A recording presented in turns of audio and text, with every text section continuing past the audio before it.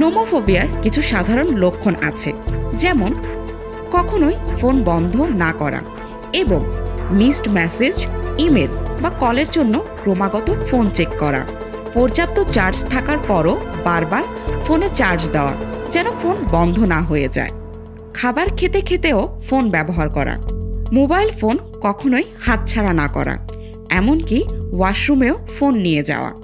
এই কাজগুলো ঠিকভাবে করতে না পারলে মানসিক লক্ষণগুলো প্রকাশ পায়।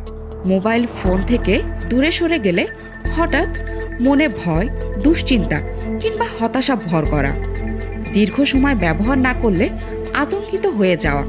সাধারণত ভীতিকর পরিস্থিতিতে মানুষ যেসব শারীরিক লক্ষণ প্রকাশ করে, এই রোগের চরম অবস্থায় গেলে সেগুলোও প্রকাশ পায়, যেমন হঠাৎ কাঁপতে শুরু করা, স্বাভাবিক শ্বাস প্রশ্বাস বাধাগ্রস্ত হওয়া, জ্ঞান হারিয়ে ফেলা, কোনো আবহাওয়াগত কারণ ছাড়াও ঘামতে থাকা।